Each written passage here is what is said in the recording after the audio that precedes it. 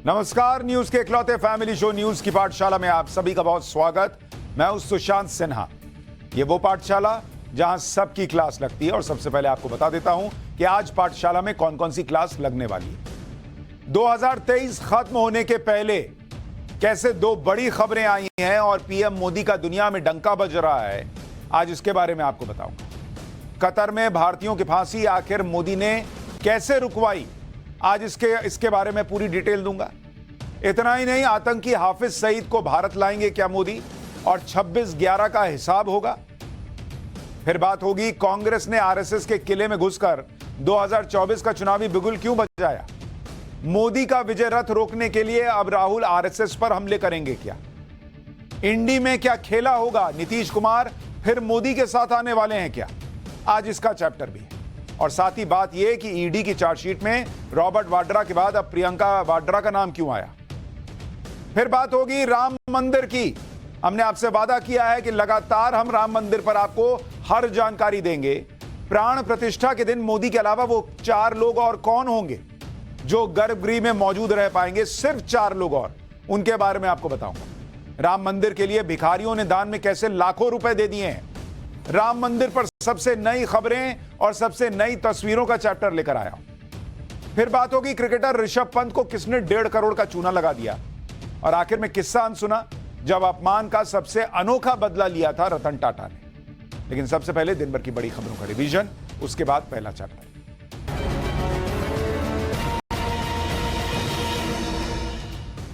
अयोध्या में रामलला की प्राण प्रतिष्ठा से पहले योगी सरकार ने बड़ा फैसला किया है। अयोध्या में 84 कोसी परिक्रमा मार्ग में शराब की बिक्री पर बैन लगा दिया गया है। 84 कोसी परिक्रमा मार्ग में अयोध्या, फैजाबाद, बस्ती, सुल्तानपुर और अंबेडकर नगर का इलाका आएगा, जहां पर शराब की बिक्री नहीं होगी। अब वहां मौजूद शराब की दुकानों को कहीं और शिफ्ट कर दिया जाएगा। राजस्थान में भी नए सीएम ने योगी स्टाइल में बुलडोजर चलवाना शुरू कर दिया है।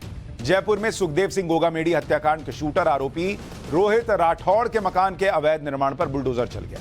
शूटर रोहित राठौड़ इस मकान में अपनी मां के साथ रहता था और आसपास के इलाके में दहशत फैला रखी थी। गोगामेडी हत्याकांड के आरोपी शूटर ने अपने मकान के आसपास जो अवैध निर्माण करके कब्जा कर रखा था, उसे बुलडोजर से गिरा दिया गया।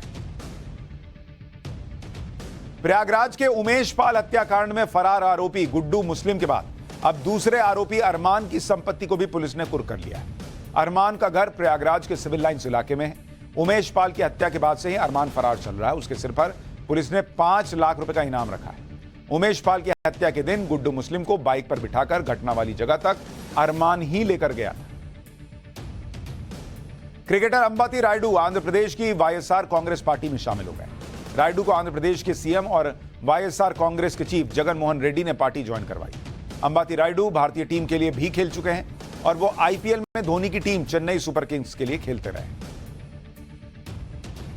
नोएडा, ग्रेटर नोएडा, गाजियाबाद के सारे स्कूलों में ठंड की वजह से छुट्टी का ऐलान हो गया है। विंटर वेकेशन की वजह से सारे स्कूल 1 से 14 जनवरी तक बंद रहते हैं। इससे पहले 29 और 30 दिसंबर को भी स्कूल बंद करने का आदेश जारी हो गया है। 31 दिसंबर को वैसे ही संडे की छुट्टी है। इस तरह से कल से लेकर 14 जनवरी तक 17 दिन स्कूलों में छुट्टी रहेगी। 15 जनवरी को अब स्कूल खुलेंगे।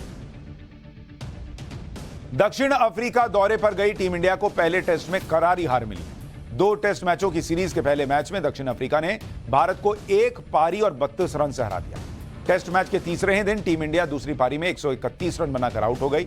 दक्षिण अफ्रीका ने पहली पारी में 408 रन बनाए थे और उसे 163 रन की बढ़त मिली। तो ये हो गया दिन भर का रिवीजन। अब पाठशाला की पहली क्लास। 2023 खत्म होने के पहले कैसे 2 बड़ी खबरें आई हैं जो पीएम मोदी और भारत का दुनिया में डंका बजा रही हैं। कतर में भारतीयों की फांसी आखिर कैसे रुकवा दी पीएम मोदी ने। आतंकी हाफिज सईद को भारत लाएंगे मोदी और 26/11 का हिसाब होगा क्या, सबसे पहले इसका चैप्टर।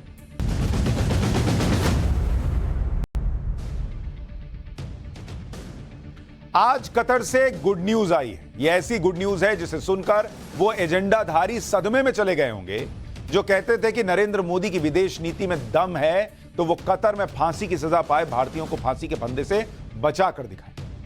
ये लोग वैसे हर बात में नरेंद्र मोदी को चैलेंज देते हैं और हर बार मुंह की खाते हैं, लेकिन करते वही काम। यह काम आसान बिल्कुल भी नहीं था, क्योंकि कतर जैसे देश में फांसी की सजा पाए लोग अक्सर बच नहीं पाते।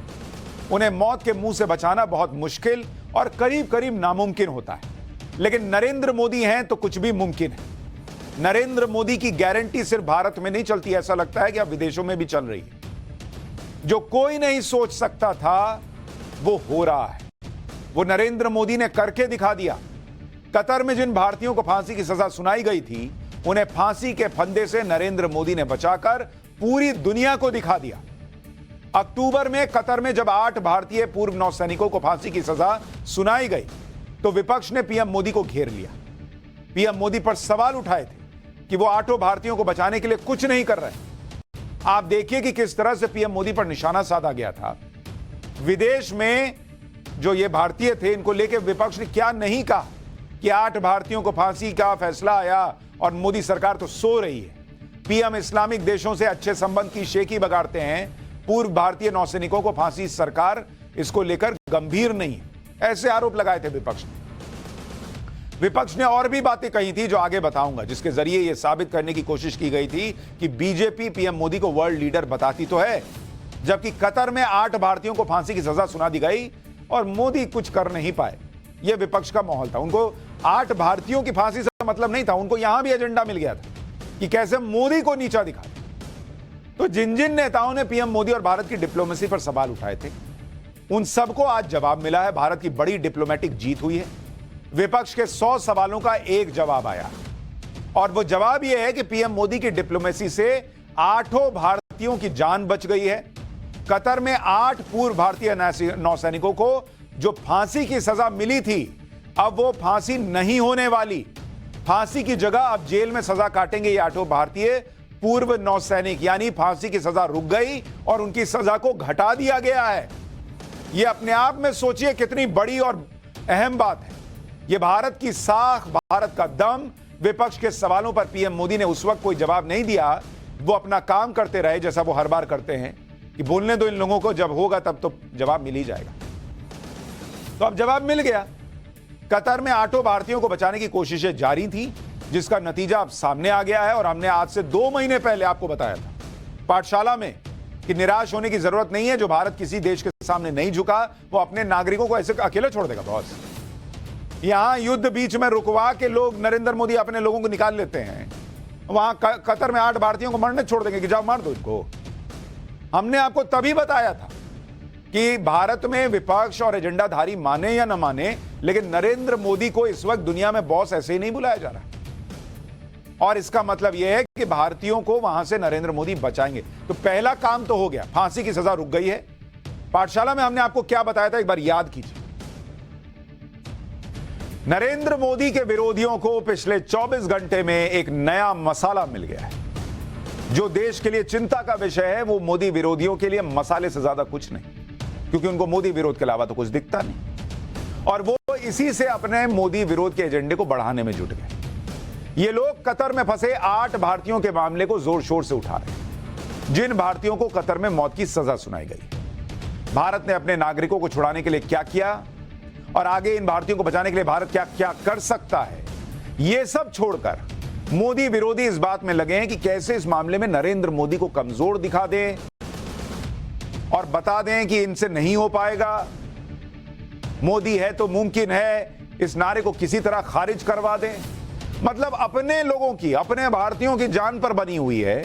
और यहां भी ये लोग मोदी विरोध से आगे सोच नहीं पाते, जबकि यही लोग ये भूल जाते हैं कि नरेंद्र मोदी के नेतृत्व में जब भारत अमेरिका के सामने नहीं झुका बॉस, अमेरिका कहता रह गया कि रशिया से थोड़ा कन्नी काटो ना बॉस, हम नहीं सुनते। चीन को करारा जवाब देता है, वहां बॉर्डर पे अपना सैनिक खड़ा है तो खड़ा है, आंख से आंख मिलाकर। यूरोप की बोलती बंद कर देता है। जो यूरोप कहता है कि यूक्रेन युद्ध में यूक्रेन का साथ दो, रशिया यूक्रेन युद्ध में, तो यूरोप को गिना देता है कि भाई तुम कितना तेल खरीदते हो, पहले वो देख लो, उसके बाद हमको गिनाना। कनाडा की हेकड़ी निकाल देता है कि तुमने कह दिया निज्जर की हत्या हमने कराई तो हमने करा दी, सबूत का है, दिखाओ। और उसके बाद जब मामला टाइट करने लगा तो वहां जस्टिन ट्रूडो जो है वो कहने लगे कि नहीं नहीं, हम तो ऐसा नहीं बोले कि भारत जो है उसके साथ हम संबंध चाहते हैं। तो फिर क्यों, जब इतने बड़े बड़े देशों के मामले में भारत ने कॉम्प्रोमाइज नहीं किया, घुटने नहीं टेके, तो कतर के मामले में क्यों हमें पहले से निराश हो जाना चाहिए? कतर के पास अभी 8 भारतीय हैं, ये सच है, और इनकी जान बचाना पहली जरूरत है। लेकिन इसके लिए भारत के पास एक नहीं कई विकल्प हैं जिससे वो अपने नागरिकों को छुड़वा सकता है। इसलिए जो एजेंडा चल रहा है उस पर समय बर्बाद करने की बजाय आपको उन बातों के बारे में बताता हूं जो जरूरी है। यानी हमने आपको तभी बताया था कि भारत के पास कई विकल्प हैं और उन्हीं विकल्पों के जरिए अब 8 भारतीय पूर्व नौसैनिकों की फांसी की सजा को कम करा लिया गया। इस पर विदेश मंत्रालय का भी बयान आया है जिसमें कहा गया है कि कतर की कोर्ट से 8 भारतीयों की फांसी की सजा को कम कर दिया गया है। विस्तृत फैसले का इंतजार कर रहे हैं। हम लीगल टीम और 8 भारतीयों के परिवार के संपर्क में हैं। कोर्ट में सुनवाई के दौरान भारत के राजदूत और दूसरे भारतीय अधिकारी मौजूद थे। हम शुरू से 8 भारतीयों के साथ खड़े थे और आगे भी सभी कानूनी और काउंसलर मदद करते रहे। इस मामले को कतर के अधिकारियों के सामने आगे भी उठाते रहेंगे। मतलब नरेंद्र मोदी सरकार इस पर नहीं बैठ गई कि चलो अब फांसी नहीं हो रही वहीं जेल में रह जाएं। भारत की सरकार ने पहला काम तो कर लिया कि इनकी फांसी रोकवा दी। अब इनको वहां से फिर कैसे बचाने के लिए आगे क्या करना है इस पर फोकस किया जा रहा है। स्टेटमेंट में आगे लिखा है कि मामले की संवेदनशीलता और गोपनीयता को देखते हुए कुछ और कहना ठीक नहीं होगा। इस तरह से होती है बॉस ग्लोबल डिप्लोमेसी। गुपचुप तरीके से काम होता है, बिना बयानबाजी किए हुए होता है और जब मन मुताबिक रिजल्ट मिल जाए तब बयान जारी किया जाता है, जैसे अब विदेश मंत्रालय ने किया है। आप यह भी देखिए कि प्रधानमंत्री मोदी फांसी की सजा पाए 8 भारतीयों के लिए कैसे चिंतित थे। भले पीएम मोदी ने डायरेक्ट कभी इस मामले का जिक्र नहीं किया, लेकिन बिना कहे भी कतर तक पीएम मोदी ने अपना मैसेज पहुंचा दिया था। यह तस्वीर 1 दिसंबर 2023 की, जब संयुक्त राष्ट्र जलवायु परिवर्तन सम्मेलन के दौरान पीएम मोदी ने कतर के अमीर शेख तमीम बिन हमद से मुलाकात की थी। इस मुलाकात के दौरान पीएम मोदी ने कतर के शेख से 8 भारतीयों को फांसी की सजा के मुद्दे पर बात नहीं की थी। लेकिन पीएम मोदी ने मुलाकात के बाद जो ट्वीट किया था उससे पता चलता है कि पीएम मोदी ने कतर के शेख को क्या मैसेज दिया था। पीएम मोदी ने तब ट्वीट में लिखा था कि दुबई में जलवायु परिवर्तन सम्मेलन के दौरान कतर के अमीर शेख तमीम बिन हमद से मिलने का मौका मिला। हम दोनों के बीच भारत और कतर के द्विपक्षीय साझेदारी की संभावना और कतर में भारतीय समुदाय के हितों पर अच्छी चर्चा हुई है।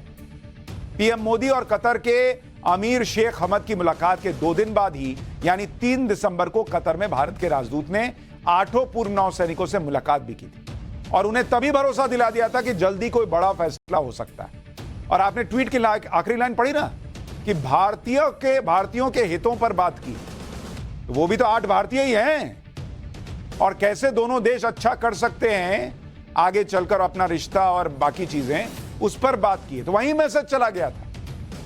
यह होती है डिप्लोमेसी। ग्लोबल डिप्लोमेसी में बहुत सारी चीजें अंदर खाने चलती हैं जिसकी पब्लिक डोमेन में चर्चा नहीं होती। यह बात विपक्ष भी जानता है। उसके बाद भी कतर में 8 भारतीयों को फांसी की सजा जैसे संवेदनशील मुद्दे पर विपक्ष राजनीति करता रहा। विपक्षी नेताओं ने उस समय क्या कहा था वो भी आपको याद दिलाता हूं। AIMIM के अध्यक्ष ओवैसी ने कहा था कि नरेंद्र मोदी शेख ही बगाड़ चुके हैं कि इस्लामिक देश उनसे कितना प्यार करते हैं। उन्हें हमारे पूर्व नौसेना अधिकारियों को वापस लाना होगा। यह बहुत दुर्भाग्यपूर्ण है कि उन्हें मृत्यु दंड का सामना करना पड़ा है। आज भाई साहब आके तारीफ नहीं कर रहे हैं नरेंद्र मोदी। आम आदमी पार्टी ने कहा था कि कतर में भारतीय नौसेना के 8 पूर्व अफसरों को मौत की सजा सुनाने पर प्रधानमंत्री मोदी मौन क्यों हैं? कतर में भारतीय नागरिकों की जान जोखिम में है। प्रधानमंत्री मोदी इस स्थिति को गंभीरता से ले, यहां मौन नहीं चलेगा।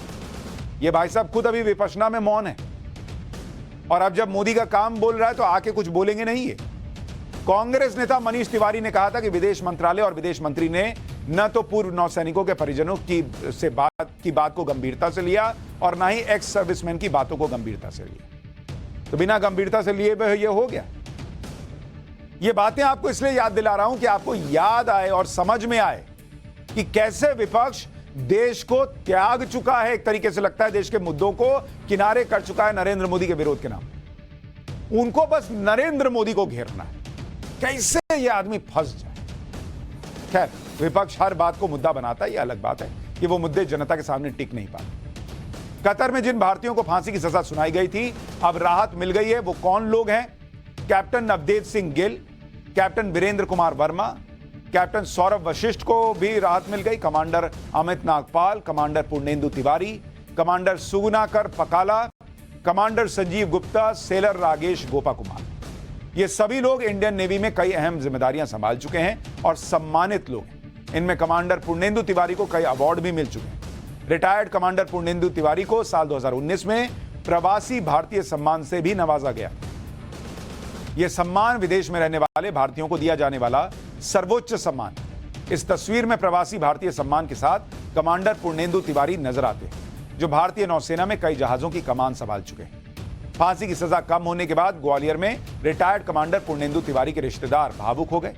पीएम मोदी और भारत सरकार की कोशिशों की तारीफ कर रहे हैं। सुनिए एक बार परिवार का रिएक्शन। भाई हम लोग तो बहुत बहुत एवलाय हैं कि भारत सरकार ने हमारी मदद की, हमारे केस को सुना और इनके कॉज के लिए सरकार ने पूरी एफर्ट्स की, जितना भी हो सकता था सब लोगों ने अच्छा किया।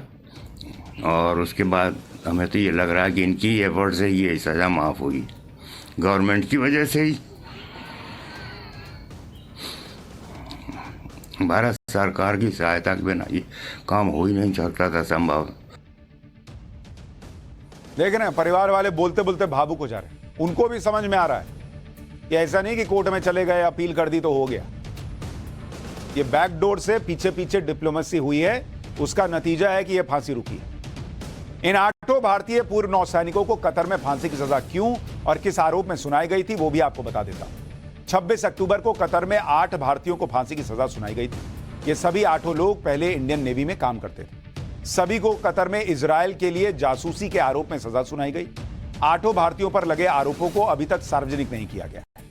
इंडियन नेवी से रिटायर हो चुके ये सभी भारतीय लोग कतर में क्या काम करते थे, वो भी आपको याद दिलाता हूं। 8 भारतीय नागरिक कतर में अल दहरा ग्लोबल टेक्नोलॉजी और कंसल्टिंग सर्विस नाम की कंपनी में काम करते थे। ये एक प्राइवेट कंपनी है जो कतर की सुरक्षा एजेंसियों को ट्रेनिंग और दूसरी सर्विस देती थी। इस कंपनी में 75 भारतीय काम करते थे और कंपनी में ज्यादातर पूर्व नौसैनिकी कर्मचारी थे। अल दहरा ने कतर की सुरक्षा एजेंसी को इटली की सबमरीन खरीदने में कंसल्टेशन दी थी। कंपनी के मालिक का नाम खामिस अल अजमी है, जो ओमान का नागरिक है। खामिस अल अजमी रॉयल ओमान एयरफोर्स में स्क्वाड्रन लीडर रह चुका है। कंपनी के मालिक खामिस अल अजमी को भी 8 भारतीयों के साथ गिरफ्तार किया गया था, लेकिन नवंबर 2022 में अजमी को कतर ने रिहा कर दिया। अल जजीरा के मुताबिक मई 2023 में यह कंपनी बंद भी हो गई। इस मामले में भारत ने किस तरह से काम किया वो आपको सिलसिलेवार तरीके से बताता हूं। 26 अक्टूबर को 8 भारतीयों को फांसी की सजा सुनाई गई। अक्टूबर में ही विदेश मंत्री जयशंकर ने नौसैनिकों के परिवार वालों से मुलाकात की। भारत ने कतर की अदालत में फांसी की सजा के खिलाफ अपील की। 8 नौसैनिकों तक काउंसलर एक्सेस पहुंचाई गई। भारत के अधिकारी उनसे जाकर मिले। भारत की अपील पर 23 नवंबर, 30 नवंबर और 7 दिसंबर को सुनवाई हुई। 30 दिसंबर को भारत के राजदूत ने 8 पूर्व नौसैनिकों से मुलाकात की थी। सुनवाई के बाद कतर की अपील अदालत ने फांसी की सजा को कम करने का फैसला कर दिया। अच्छा, जो लोग कहते हैं कि अरे नरेंद्र मोदी तो फलाने चीज में बिजी हैं, ये कर रहे हैं, वो कर रहे हैं, एक काम पर ध्यान नहीं दे रहे, मान लीजिए अब ये उल्टा फैसला आता तो सब एकदम बोरिया बिस्तरा लेके चढ़ जाते कि देखिए नरेंद्र मोदी तो राम मंदिर में व्यस्त है, तो चुनाव में व्यस्त है, भारतीयों को देखिए क्या हुआ। बस काम ऐसे नहीं होता ना कि एक काम पकड़े और उसके बाद उसी पे बैठ गए, दूसरा कुछ नहीं कर रहा। भाई डिप्लोमेसी चल रही थी, हो गया काम। इसी तरह से बाकियों में भी होता है, बाकी चीजों में। कतर में 8 भारतीय पूर्व नौसैनिकों को राहत तो मिल गई, लेकिन उनके लिए एक बड़ी खुशखबरी और आ सकती है, क्योंकि कतर के लीगल सिस्टम में अभी सजा माफी की अपील का प्रावधान बचा हुआ है। आप देखिए कि कतर की कोर्ट ऑफ फर्स्ट इंस्टेंस ने फांसी की सजा सुनाई थी, जो वहां की निचली अदालत होती है। भारत ने इसके फैसले को कोर्ट ऑफ अपील यानी हाई कोर्ट में चैलेंज किया, जहां से राहत मिल चुकी है। अब कतर की कोर्ट ऑफ कंसेशन यानी सुप्रीम कोर्ट में सजा को चैलेंज किया जा सकता है। कोर्ट ऑफ कंसेशन 8 पूर्व नौसैनिकों की पूरी सजा भी माफ कर सकता है। इसके अलावा कतर के अमीर के पास भी आरोपियों की सजा माफ करने का अधिकार है। यह भी संभव है कि कतर के अमीर भारतीयों की सजा को माफ कर दें। यानी बहुत संभव है कि अभी फांसी रुकी है और नरेंद्र मोदी सरकार इनको बचा के वापस भी लिया। बात सिर्फ इतनी नहीं है कि कतर में 8 एक्स नेवी ऑफिसर्स की फांसी पर रोक लग गई। पीएम मोदी ने तो वो काम किया है जिससे 8 पूर्व नौसैनिक भारत आ सकते हैं। इस मामले में आगे और क्या क्या होगा वो भी सुनिए। भारत कतर से मांग कर सकता है कि 8 भारतीय अपनी सजा भारत की जेलों में पूरी करें, क्योंकि भारत और कतर के बीच सजा याफ्ता कैदियों के ट्रांसफर को लेकर संधि ऑलरेडी हो चुकी है। 2 दिसंबर 2014 को भारत और कतर के बीच treaty on transfer of sentenced persons हुई थी। इस संधि के तहत कतर में बंद भारतीय कैदियों को सजा की बाकी अवधि भारत में पूरी करने की सुविधा मिल सकती है। इसी तरह से भारत में बंद कतर के कैदी भी बाकी की सजा कतर में पूरी कर सकते हैं। यानी साल 2014 में प्रधानमंत्री मोदी ने कतर के साथ यह समझौता किया था, जिसका फायदा अब कतर में कैद 8 भारतीयों को मिल सकता है। मतलब या तो उनकी पूरी सजा भी माफ हो सकती है और नहीं तो उनको भारत लाया जा सकता है कि इनको छोड़ दीजिए, हम यहीं पे इनको जेल में रख देंगे। तो परिवार वाले भी मिल पाएंगे अगर यहां सजा भुगतेंगे।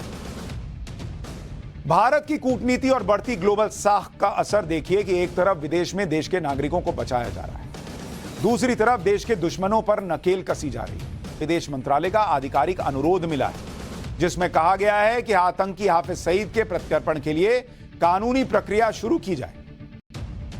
पाकिस्तान के विदेश मंत्रालय ने ना तो इस खबर की पुष्टि की है ना ही इसका खंडन किया है। पाकिस्तानी मीडिया में इस बात की बड़ी चर्चा है कि कैसे अब मोदी सरकार हाफिज सईद को भारत लाने पर काम कर रही है। जरा देखिए पाकिस्तान में कैसी खबरें। ऐसे में पाकिस्तान किसी आरोपी का प्रत्यर्पण नहीं करेगा। पाकिस्तान का दावा है कि हाफिज सईद जेल में बंद है। चुनाव से पहले पाकिस्तान हाफिज सईद को देगा, इसकी संभावना कम है। पाठशाला में अब अगली क्लास। कांग्रेस ने आरएसएस के किले में घुसकर 2024 का चुनावी बिगुल क्यों बजाया? मोदी का विजय रथ रोकने के लिए अब राहुल क्या आरएसएस पर हमले करेंगे? इंडी गठबंधन में खेला होगा, नीतीश कुमार फिर मोदी के साथ आने वाले हैं क्या? और ईडी की चार्जशीट में रॉबर्ट वाड्रा के बाद अब प्रियंका वाड्रा का नाम कैसे आया और क्यों आया? –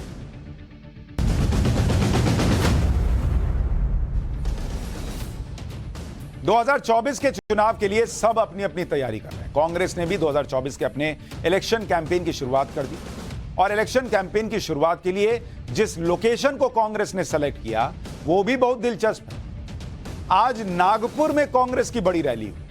इस रैली में राहुल गांधी थे, मल्लिकार्जुन खड़गे थे, सोनिया गांधी, प्रियंका वाड्रा इस रैली में हालांकि नहीं थी, लेकिन कांग्रेस ने माहौल बनाने में कोई कसर नहीं छोड़ी। कांग्रेस ने इस रैली का नाम रखा है तैयार। नागपुर के जिस मैदान पर रैली का आयोजन किया गया, कांग्रेस ने सांकेतिक तौर पर उसका नाम भारत जोड़ो मैदान रखा। यानी आप देखें तो कल राहुल गांधी की एक और यात्रा का ऐलान हुआ और आज कांग्रेस की नागपुर में रैली हो। कांग्रेस खुद में जोश भरने की पूरी कोशिश कर रही है कि वो 3 राज्यों की हार के बड़े झटके के बाद 2024 के लिए खुद को तैयार कर सके। नागपुर में कांग्रेस ने यह रैली इसलिए रखी क्योंकि नागपुर में आरएसएस का मुख्यालय है और आज कांग्रेस का स्थापना दिवस भी था। तो कांग्रेस अपना वैचारिक दुश्मन तो आरएसएस को ही मानती है और नागपुर एक वक्त में कांग्रेस का गढ़ भी रह चुका है। नागपुर में कांग्रेस ने 18 लोकसभा चुनाव लड़े हैं और 12 बार चुनाव जीते। इमरजेंसी के बाद हुए चुनाव में जब कांग्रेस देश भर में हार रही थी तब भी नागपुर में जीती थी। 1998 से लेकर 2009 तक 4 चुनाव में लगातार कांग्रेस यहां जीती। 2014 से पहले नागपुर से बीजेपी का सिर्फ एक बार सांसद रहा था। यानी जिस नागपुर का नाम संघ मुख्यालय के लिए होता है, संघ का गढ़ जिसे बताया जाता है, वो दरअसल एक जमाने में कांग्रेस का गढ़ रहा है। लेकिन नरेंद्र मोदी के आने के बाद से स्थितियां बदल गई। नागपुर से नितिन गडकरी सांसद हैं और वो लगातार 2 बार चुनाव जीत चुके हैं। 2014 और 2019 दोनों चुनाव में नितिन गडकरी नागपुर से चुनाव लड़े और 2 लाख से ज्यादा वोटों से जीते। नागपुर में 6 विधानसभा सीटें हैं जिनमें से 4 पर अब बीजेपी का कब्जा है। नागपुर साउथ वेस्ट तो खुद पूर्व सीएम और अब डिप्टी सीएम देवेंद्र फडणवीस की सीट है। यानी बीजेपी ने नागपुर में किला कांग्रेस का ढहाया और उसके लिए बड़े बड़े चेहरे उतारे, उनको जिम्मेदारियां दी और उन्होंने परफॉर्म करके दिखाया। फिर भी कांग्रेस ने नागपुर से अपने लोकसभा चुनाव कैंपेन की शुरुआत की है, तो इसकी बड़ी वजह क्या मानी जा रही है? वजह यह बताई जा रही है कि यूपी की 80 लोकसभा सीटों के बाद देश में सबसे ज्यादा 48 लोकसभा सीटें महाराष्ट्र में। यूपी में तो कांग्रेस साफ है, लेकिन महाराष्ट्र में कांग्रेस गठबंधन का सफल प्रयोग कर चुकी है। शायद इसलिए कांग्रेस ने लोकसभा चुनाव अभियान की शुरुआत के लिए यूपी की जगह महाराष्ट्र को चुना, क्योंकि यूपी में तो उनको कोई भाव दे नहीं रहा। तो चलो महाराष्ट्र से शुरू करते हैं। महाराष्ट्र में कहां से करें भाई? नागपुर से कर लेते हैं, क्योंकि वहां आरएसएस का मुख्यालय भी है और राहुल गांधी आरएसएस के खिलाफ लगातार बोलते रहे हैं, तो यह भी एक बड़ा मैसेज चला जाएगा कि देखो हम तुम्हारे घर में घुस गए, हम वहां से शुरू कर रहे हैं, हम डरते नहीं है, हम ये करते हैं, हम वो करते हैं। कांग्रेस ने प्लान तो बढ़िया बनाया, भीड़ भी जुटा ली, बड़ी रैली भी कर दी, कैंपेन शुरू हो गया।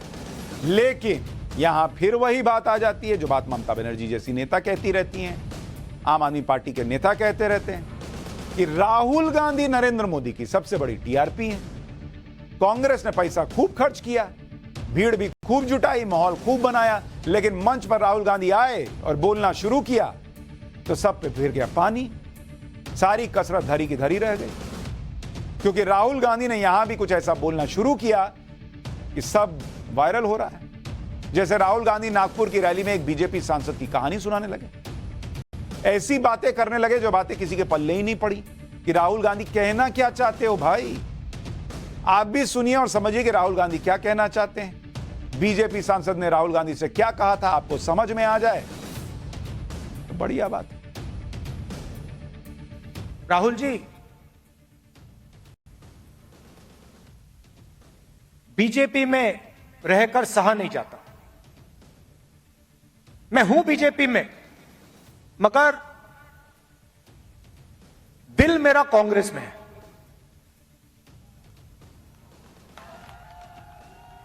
तो मैंने कहा भाई दिल तेरा कांग्रेस में, शरीर आपका बीजेपी में, मतलब दिल शरीर को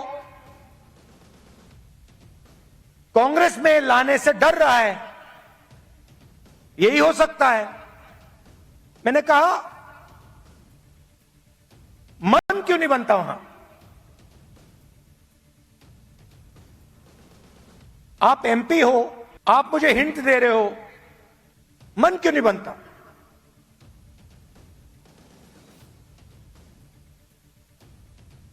कहता है राहुल जी, बीजेपी में गुलामी चलती है। अब आपको समझ में आया क्या इसका सिर पैर हुआ? बीजेपी में गुलामी चलती है, तुम सांसद हो, तुमको नहीं पसंद आ रहा, राहुल गांधी को बता रहे हो, अगर बता रहे हो जैसा वो कह रहे हैं, तो चल ना जाओ भाई उठ के कांग्रेस में। लेकिन ये कहां किसने बोला, क्या बोला राहुल गांधी जान? पहली बात तो यह है कि राहुल गांधी ऐसी कहानी पहले भी सुना चुके हैं, जिस कहानी में कोई ना कोई बीजेपी नेता या सांसद एक कैरेक्टर होता है और वो आकर राहुल गांधी से अपनी बात बताता है। अच्छा, राहुल गांधी पे आरोप लगता है, उनके ही कांग्रेस पार्टी के कई नेता जैसे वो हेमंता बिस्वा शर्मा वगैरह कह चुके हैं कि राहुल गांधी से कांग्रेस ही नहीं मिल पाते हैं ढंग से, यहां बीजेपी वाला जाके इनसे मिल लेता है। राहुल गांधी कभी उस नेता का नाम नहीं बताते हैं हालांकि, लेकिन कहानी जरूर सुनाते हैं, जिस कहानी से ऐसा लगता है कि राहुल गांधी से सिर्फ बीजेपी के नेता ही टकराते हैं और बीजेपी के नेता ही राहुल गांधी को अपने दिल की बात बताते हैं। इसलिए राहुल गांधी की कहानी पर कोई कितना यकीन करे इस पर सवाल है। लेकिन ऐसी कहानी सुनाने का मतलब यह दिखाना है कि बीजेपी में तो किसी की सुनी नहीं जाती, कांग्रेस में सबकी सुनी जाती। राहुल गांधी ने कहा कि कांग्रेस में नीचे से आवाज आती। सुनिए एक बार, ये भी सुन लीजिए। पटोले जी ये हैं, इन्होंने प्रधानमंत्री से एक सवाल पूछ लिया था, एक सवाल पूछा था किसानों के बारे में। मोदी जी को सवाल अच्छा नहीं लगा, पटोले जी आउट हो गए।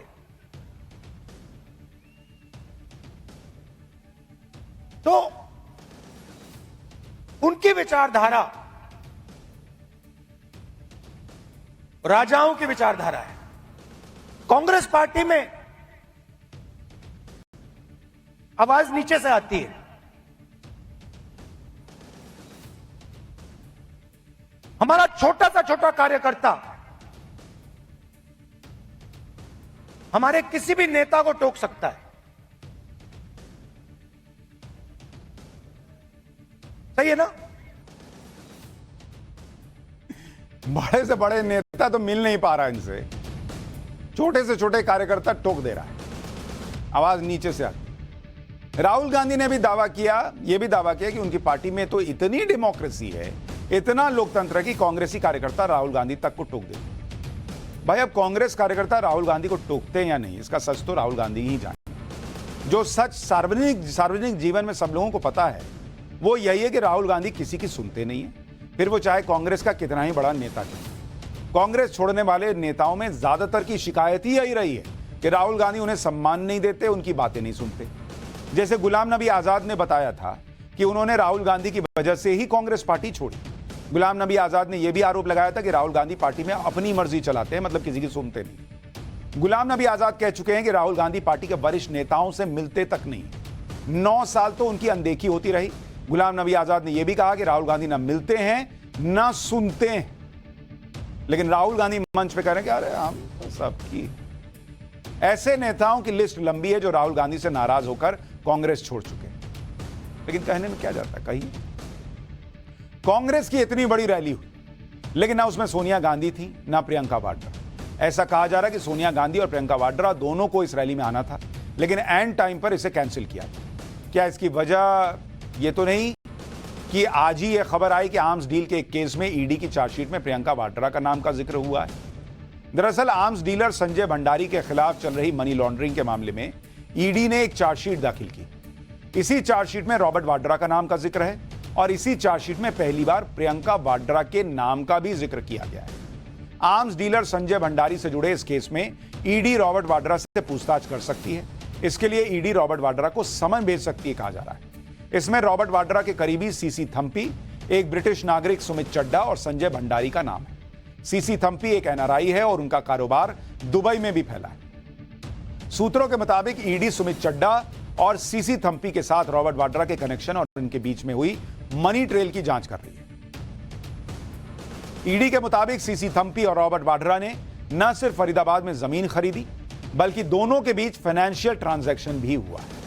ईडी की जांच में यह भी कहा गया है कि रॉबर्ट वाड्रा और थम्पी के अलावा प्रियंका वाड्रा ने भी फरीदाबाद में जमीन खरीदी थी। साल 2005-2006 के बीच फरीदाबाद के अमीपुर गांव में थम्पी के करीबी प्रॉपर्टी डीलर से रॉबर्ट वाड्रा ने कुल 40 एकड़ जमीन खरीदी, जिसे 2010 में दोबारा उसी प्रॉपर्टी डीलर को बेचा गया, जिससे जमीन खरीदी गई। ईडी के मुताबिक प्रियंका वाड्रा के नाम पर भी फरीदाबाद के अमीपुर गांव में साल अप्रैल 2006 में जमीन खरीदी गई, जिसे फरवरी 2010 में पाहवा नाम के प्रॉपर्टी डीलर को वापस भेज दिया गया। अब ईडी इस बात की सच्चाई जानना चाहती है कि आखिर 4 साल के अंदर ही रॉबर्ट वाड्रा और प्रियंका वाड्रा ने जमीन खरीदकर वापस क्यों बेची।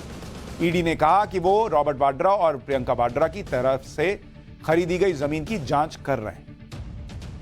हालांकि अभी ईडी की चार्जशीट में प्रियंका और रॉबर्ट वाड्रा के नाम का जिक्र आरोपी के तौर पर नहीं हुआ, यह ध्यान रखिए। एक तरफ तो कांग्रेस की यह मुसीबत है और दूसरी तरफ उनके इंडी गठबंधन के सहयोगियों की अलग मुसीबत। जेडीयू के अंदर बहुत दिनों से ऐसी हलचल चल रही है कि तरह तरह की बातें हो रही हैं।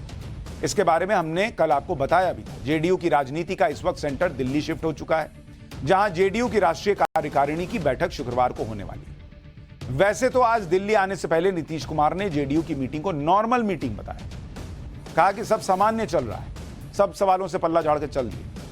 उधर तेजस्वी यादव ने भी बचाव किया कि हर पार्टी की मीटिंग होती रहती है, बेकार की बातों को तूल नहीं देना चाहिए, इससे फर्क नहीं पड़ता, हमारी सरकार आराम से चल रही है। लेकिन ऐसा लग रहा है कि जेडीयू के अंदर कुछ ना कुछ बेचैनी है, जिसका खुलासा अभी नहीं हुआ, क्योंकि आज दिल्ली में जेडीयू की जो मीटिंग हुई उसमें बताया गया कि बैठक में नीतीश कुमार ने पार्टी के पदाधिकारियों को संगठन मजबूत करने और लोकसभा चुनाव की तैयारी में जुटने के लिए कहा। आज जेडीयू की बैठक 15 ही मिनट चली और सूत्रों के मुताबिक बैठक का माहौल बहुत तनाव भरा था। लेकिन असली कहानी क्या है, नीतीश कुमार के मन में चल क्या रहा है, क्या वो दोबारा नरेंद्र मोदी के साथ आना चाहते हैं? यह सस्पेंस कल खुलेगा जब जेडीयू की राष्ट्रीय कार्यकारिणी की बैठक होगी। यह बैठक कल सुबह 11:30 बजे होगी। इस बैठक के बाद पता चलेगा कि क्या जेडीयू का अध्यक्ष बदलने वाला है, क्या नीतीश कुमार खुद अध्यक्ष बनने वाले हैं या फिर लल्लन सिंह ही अध्यक्ष बने रहेंगे। ललन सिंह आज नीतीश कुमार से भी मिले हैं। जेडीयू की टॉप लीडरशिप और खुद ललन सिंह तमाम अटकलों को खारिज कर रहे हैं। ललन सिंह और केसी त्यागी ने क्या कहा है, एक बार वो आपको सुनवा देता हूं। आ गए क्या? आ गए, दिल्ली पहुंच चुके हैं। तो दिल्ली पहुंचे हैं ना, अभी एयरपोर्ट पर पहुंचे हैं ना, तो मैं मीटिंग नहीं होगी मेरी। नीतीश कुमार जी इस पार्टी के सर्वमान्य नेता हैं और जनता दल यूनाइटेड एक है, एक रहेगा। आप चाहे जितना प्रयास कर लें, आप जितना प्रयास कर लें, आपको कुछ नहीं मिलने वाला है। पार्टी कोई नाराजगी नहीं है। नेता हमारे नेता, आप मेरा नाराजगी है, नाराजगी है। 37 साल से मेरा नीतीश कुमार का रिश्ता है, आप नहीं तय करेगी मेरा रिश्ता। लेकिन रिजाइन करें, रिजाइन आपके इस्तीफे की खबर अरे बता तो रहे हैं कि आपको आपसे परामर्श ले लेंगे, आपसे परामर्श ले लेंगे। आपके इस्तीफे की खबर आ रही है लगातार। 3 दिन की बैठक में जो मंथन होगा, मैं आपको आश्वस्त करता हूं, उससे अमृत निकलेगा, विष नहीं निकलेगा। जहां तक पार्टी के दफ्तर में लगा चित्र है, वो सभी पार्टियों के दफ्तर में एक सर्वमान्य नेता है और उसी का चित्र रहता है। नीतीश कुमार जी हमारे और ललन जी दोनों के नेता हैं। ललन जी राष्ट्रीय अध्यक्ष हैं, लेकिन वो पार्टी के संस्थापक प्रेरणादायक हैं, लिहाजा उनकी तस्वीर में सबकी तस्वीर निहित है। यानी सब ये दिखाने का प्रयास कर रहे हैं कि all is well, all is well, all is well. लेकिन ऑल इज वेल है या नहीं? क्या कल कोई बड़ा धमाका होगा जेडीयू में, इंडी गठबंधन में? ये तो कल पता चल ही जाएगा। पाठशाला में अब अयोध्या में राम मंदिर के उद्घाटन का चक्कर। प्राण प्रतिष्ठा के दिन मोदी के अलावा वो 4 कौन हैं जो गर्भगृह में मौजूद होंगे? राम मंदिर के लिए भिखारियों ने दान में दिए लाखों रुपए। राम मंदिर पर सबसे नई खबरें और सबसे नई तस्वीरों का चक्कर।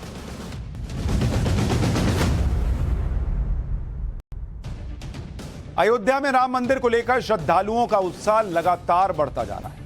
हर किसी को उस पल का इंतजार है जब करीब 500 सालों के इंतजार के बाद भगवान रामलला एक बार फिर अपने घर में विराजमान हुए। ऐसे में हर कोई अपने आराध्य भगवान राम को कुछ ना कुछ अर्पित करना चाहता है। किसी की तरफ से मंदिर को विशाल घंटा तोहफे में दिया जा रहा है, कोई शंखनाद करके भगवान राम का स्वागत कर रहा है। आज पाठशाला में भगवान राम के स्वागत से जुड़ी एक एक तस्वीर आपको दिखाऊंगा और प्राण प्रतिष्ठा का पूरा शेड्यूल बताऊंगा जो अब आ गया है कि उस दिन क्या क्या होगा और अब से कुछ दिन पहले से क्या क्या होगा।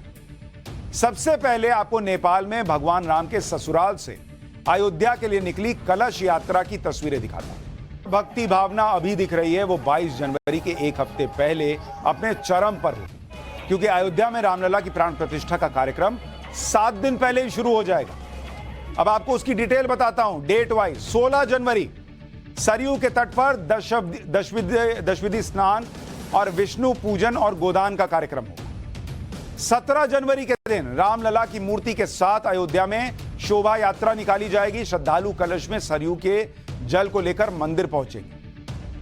18 जनवरी यानी 5 दिन पहले पूरे विधि विधान के साथ प्राण प्रतिष्ठा का अनुष्ठान शुरू हो जाएगा। गणेश अंबिका पूजन होगा, वरुण पूजा होगी, मातृका पूजा होगी, ब्राह्मण वर्ण वास्तु पूजन किया जाएगा। 19 जनवरी 4 दिन पहले अग्नि स्थापना और नवग्रह स्थापना के साथ हवन होगा। 20 जनवरी को वास्तु शांति पूजा और अन्नादिवास पूजा होगी, जिसमें मूर्ति को अन्न से ढका जाएगा। 21 जनवरी को 125 कलशों से मूर्ति का दिव्य स्नान होगा और फिर 22 जनवरी की तारीख आएगी जब मृगशिरा नक्षत्र में रामलला की प्राण प्रतिष्ठा हो। यानी एक हफ्ते पहले से जो जो कार्यक्रम होगा उसका पूरा शेड्यूल अब आपको पता चल गया। जैसे जैसे भगवान राम की प्राण प्रतिष्ठा की तारीख नजदीक आ रही है, वैसे वैसे राम भक्तों का उत्साह बढ़ता जा रहा है। राम नाम के साथ अयोध्या में शंखनाद की गूंज सुनाई देने लगी। पुणे से एक ग्रुप भगवान राम का शंखनाद करने अयोध्या पहुंचा है। इस ग्रुप ने रंगमहल मंदिर में भगवान राम के लिए शंख बजाया। भगवान राम के स्वागत के लिए इस टीम ने किस तरह की तैयारियां की हैं, अयोध्या से हमारे सहयोगी दिनेश गौतम की एक रिपोर्ट देखिए। अब जबकि रामचंद्र जी के विराजने में बस कुछ ही दिन रह गए हैं कि रामलला अपनी जगह पर विराजित होंगे, हनुमानगढ़ी में क्या महसूस किया जा रहा है? जिनके लिए सिर्फ और सिर्फ एकमात्र लक्ष्य सोते उठते जागते बस भगवान का ध्यान है, उनके पुजारी और उनके भक्तों के बीच में क्या माहौल है वो यहाँ पर पहुंचकर जानते हैं। सबसे पहले तो यहीं से शुरू करते हैं। एक शंख ध्वनि के साथ अपनी भावनाएं आप जाहिर कीजिए, उसके बाद मैं आपसे बात करता हूं।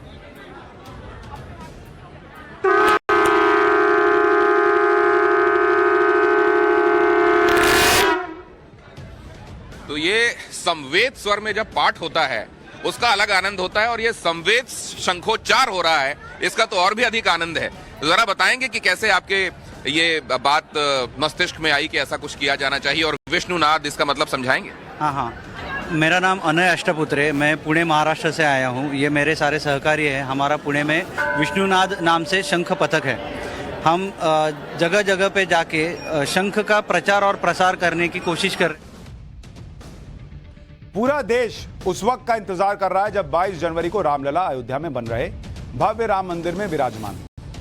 प्राण प्रतिष्ठा के दौरान मंदिर के गर्भगृह में कौन कौन मौजूद रहेगा उसकी भी जानकारी सामने आ गई। ऐसा नहीं कि सब लोग गर्भगृह में होंगे, सिर्फ 5 लोग होंगे जो उस दिन गर्भगृह में होंगे प्राण प्रतिष्ठा के बाद। पहला नाम है प्रधानमंत्री नरेंद्र मोदी का, दूसरा नाम है यूपी के मुख्यमंत्री योगी आदित्यनाथ, तीसरा नाम है यूपी की राज्यपाल आनंदीबेन पटेल का, चौथा नाम है आरएसएस प्रमुख मोहन भागवत का जो उस दिन अंदर मौजूद रहेंगे प्राण प्रतिष्ठा के वक्त, और पांचवा नाम है मुख्य आचार्य सत्येंद्र दास का।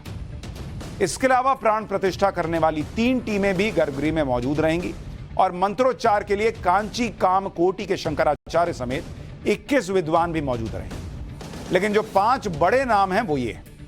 राम मंदिर के उद्घाटन को लेकर किस तरह भक्तों में उत्साह है उसकी कुछ तस्वीरें भी आज आपको दिखाऊंगा। पहले प्राण प्रतिष्ठा वाले दिन के कार्यक्रमों की शुरुआत किस तरह होगी उसके बारे में बता देता हूं।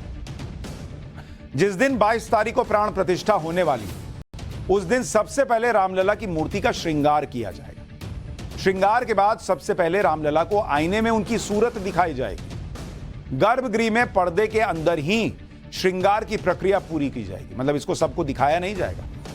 राम मंदिर में भगवान राम की प्राण प्रतिष्ठा कैसे होगी और प्राण प्रतिष्ठा के बाद श्रद्धालु कब रामलला के दर्शन कर पाएंगे, इसके बारे में राम मंदिर के मुख्य पुजारी सत्येंद्र दास जी ने जो बताया है टाइम्स नाउ नवभारत को, वो सुनिए। प्राण प्रतिष्ठा का मंत्र है वो उसको करके और उसको प्राण प्रतिष्ठित किया जाता है और फिर उनको उस जगह जहाँ पर उनको स्थापित करना है वहाँ स्थापित कर देते हैं। सिंहासन पर स्थापित करके उनको श्रृंगार करते हैं स्नान करके, और उसमें जैसे वस्त्र पहराया, मुकुट पहराया, कुंडल पहराया, ये सब पहराए के तिलक लगाया, चंदन लगाया, ये सब कुछ करके तो स्थापित किया जाता है। और फिर उसके बाद में जब वहाँ स्थापित हो जाती तब उनकी पूजा होती है। पूजा होने के बाद में उनको भोग लगता है। भोग लगने के बाद में भी आरती होती है। आरती इतना काम होने के बाद तब दर्शनार्थियों को दर्शन दिया जाता है। भगवान राम की प्राण प्रतिष्ठा से पहले राम मंदिर के लिए घंटा भी अयोध्या पहुंच चुका है। तमिलनाडु के रामेश्वरम से करीब 4,500 किलोमीटर का सफर पूरा करके ये घंटा जो अब आप स्क्रीन पर देख रहे हैं, जय श्री राम जिस पर लिखा है, ये पहुंचा है राम मंदिर। लेकिन अब सुनिए कमाल की बात, ये 600 किलो का घंटा है, 600 किलो, और इस पर जय श्री राम उकेरा गया। देखने में नहीं लग रहा है, लेकिन ये 600 किलो का घंटा है। इस घंटे को बजाने पर ओम की ध्वनि निकलेगी और इसकी आवाज करीब 10 किलोमीटर दूर तक सुनाई देने का दावा किया जा रहा है। एक बार घंटी बजेगी तो 10 किलोमीटर दूर अयोध्या में सुनाई देगा कि राम मंदिर में घंटी बजी है। इस विशाल घंटे की ऊंचाई करीब 8 फीट है। 8 फीट, 600 किलो वजन। अयोध्या में राम मंदिर के उद्घाटन के दिन भगवान राम की कृपा जमकर बरसने वाली है। CAIT यानी confederation of all India traders के मुताबिक रामलला के प्राण प्रतिष्ठा समारोह से जनवरी में पूरे देश भर में 50,000 करोड़ रुपए का अतिरिक्त ट्रेड होगा। देश के सभी बाजारों में भगवान राम से जुड़ी चीजों की भारी मांग अभी से देखी जा रही है। इसमें श्री राम ध्वजा है, श्री राम के अंग वस्त्र हैं, भगवान राम की तस्वीर वाले लॉकेट हैं, कीरिंग है, राम दरबार के चित्र हैं, राम मंदिर के मॉडल की बिक्री शामिल है। मंदिर और घरों में जलाने के लिए मिट्टी के दिए, रंगोली बनाने के सामान, फूल जैसा सामान, सब कुछ बिकने लगा है भाई, या बिकेगा उस वक्त, इसको लेकर अनुमान है। तभी कहा जा रहा है कि सिर्फ उतने वक्त में 50,000 करोड़ का बिजनेस हो जाएगा खाली। इसके अलावा बड़ी संख्या में राम मंदिर से जुड़े होर्डिंग, पोस्टर और बैनर भी तैयार किए जा रहे हैं। अयोध्या में राम मंदिर के उद्घाटन के दिन करोड़ों का कारोबार होने की उम्मीद क्यों जताई जा रही है, उसके लिए मुरादाबाद से आई कुछ तस्वीरें देखिए। यूपी के मुरादाबाद में पीतल और लकड़ी के राम मंदिर के मॉडल तैयार किए जा रहे हैं। इन मॉडल्स को तैयार करने वाले कारीगरों का कहना है कि डिमांड इतनी बढ़ चुकी है कि राम मंदिर के मॉडल सप्लाई करना मुश्किल हो रहा है भाई। हर आदमी को लग रहा है कि राम मंदिर नहीं जाएंगे, मान लीजिए उस दिन, बाद में भी जाएंगे, तो एक राम मंदिर अपने यहां तो रखें। असल में जब से अयोध्या में जब राम मंदिर का निर्माण शुरू हुआ है, देश भर में राम मंदिर की तस्वीरों और मूर्तियों की डिमांड बढ़ गई। जब राम मंदिर में भगवान राम की प्राण प्रतिष्ठा का वक्त करीब आ रहा है तो ये मांग और तेज हो गई। राम मंदिर के मॉडल अलग अलग साइज में तैयार किए गए हैं। इनका साइज 6 इंच से लेकर 2 फीट तक है। पीतल और लकड़ी के बने राम मंदिर के मॉडल की कीमत 3500 रुपए से शुरू होकर 22,000 रुपए तक जा रही है। अयोध्या में बन रहे राम मंदिर को लेकर भक्तों में किस तरह का उत्साह है, राम मंदिर के निर्माण के लिए लोगों में किस तरह बढ़ चढ़कर सहयोग देने का जोश दिख रहा है, उसके बारे में मैं आपको लगातार बता रहा हूं। लेकिन अब सुनिए कमाल की बात। काशी और प्रयागराज के बताया जा रहा है कि 300 से ज्यादा भिखारियों ने भी श्री राम मंदिर तीर्थ क्षेत्र ट्रस्ट को 4.5 लाख रुपए का चंदा दिया है। बॉस, 4.5 लाख रुपए का चंदा भिखारियों ने दिया है। इन भिखारियों ने दान में मिली रकम का बड़ा हिस्सा भगवान राम को समर्पित कर दिया।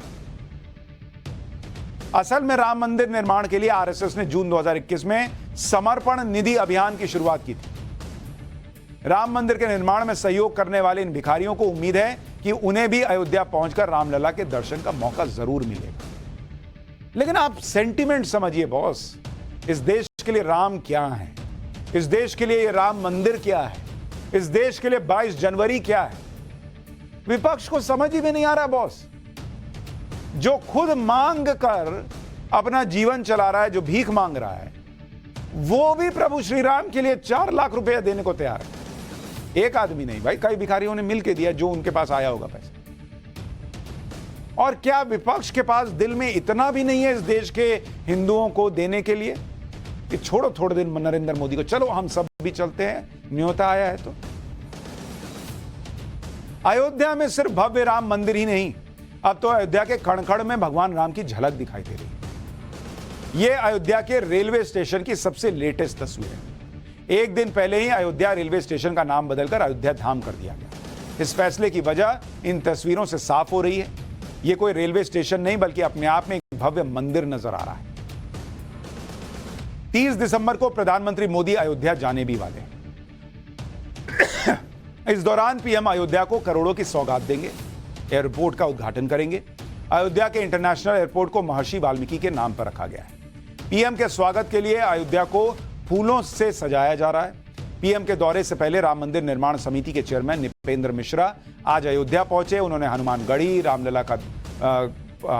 का दर्शन किया, रामलला का दर्शन किया और मंदिर निर्माण का जो काम चल रहा है उसको देखा। कल से अयोध्या में राम मंदिर निर्माण समिति की बैठक होने वाली है, जिसमें राम मंदिर ट्रस्ट के अधिकारी भी शामिल होंगे। इस बैठक में अयोध्या में चल रहे राम मंदिर के निर्माण को जल्द से जल्द पूरा करने पर चर्चा भी होगी। यानी राम मंदिर को लेकर जबरदस्त कार्यक्रम है। और मैं आपको पाठशाला में अब किस्सा सुना। देश के सबसे बड़े औद्योगिक घरानों में एक टाटा ग्रुप के पूर्व चेयरमैन रतन टाटा का आज 86वां बर्थडे। पाठशाला में रतन टाटा के बदले से जुड़ा एक दिलचस्प किस्सा लाया हूं। बात 90 के दशक की है। टाटा मोटर्स ने पहली स्वदेशी कार टाटा इंडिका को लॉन्च किया, लेकिन टाटा की कारों की सेल उस हिसाब से हो नहीं रही थी जैसा रतन टाटा ने सोचा था। कार को खराब रिस्पांस मिलने और लगातार बढ़ते घाटे की वजह से रतन टाटा ने पैसेंजर कार डिवीजन को बेचने का फैसला किया। इसके लिए रतन टाटा ने American car company Ford Motors से बात की। फोर्ड मोटर्स के चेयरमैन ने रतन टाटा का मजाक उड़ाते हुए कहा कि जब कुछ जानकारी नहीं थी तो पैसेंजर कार डिवीजन की शुरुआत ही क्यों की। इतना ही नहीं, फोर्ड के चेयरमैन ने आगे कहा कि अगर वो टाटा ग्रुप का ये बिजनेस खरीदते हैं तो ये बड़ा एहसान होगा। फोर्ड मोटर्स के चेयरमैन के साथ इस मीटिंग के बाद रतन टाटा ने पैसेंजर कार डिवीजन बेचने का फैसला टाल दिया। इस बात को 9 साल बीत गए। इन सालों में टाटा मोटर्स नई बुलंदियों को छूने लगी तो वहीं फोर्ड मोटर्स दिवालिया होने की कगार पर पहुंच गई। इस दौरान रतन टाटा के समूह ने फोर्ड के जैगुआर और लैंड रोवर ब्रांड को खरीदने की पेशकश की। इस डील को लेकर जब रतन टाटा की फोर्ड मोटर्स के चेयरमैन के साथ फिर मीटिंग हुई तो फोर्ड के चेयरमैन ने पेशकश के लिए थैंक यू बोला और रतन टाटा से कहा कि आप जैगुआर और लैंड रोवर को खरीदकर दरअसल हम पर एहसान कर रहे हैं। इस तरह रतन टाटा ने बगैर कुछ कहे फोर्ड मोटर्स के चेयरमैन से अपमान का बदला भी ले लिया।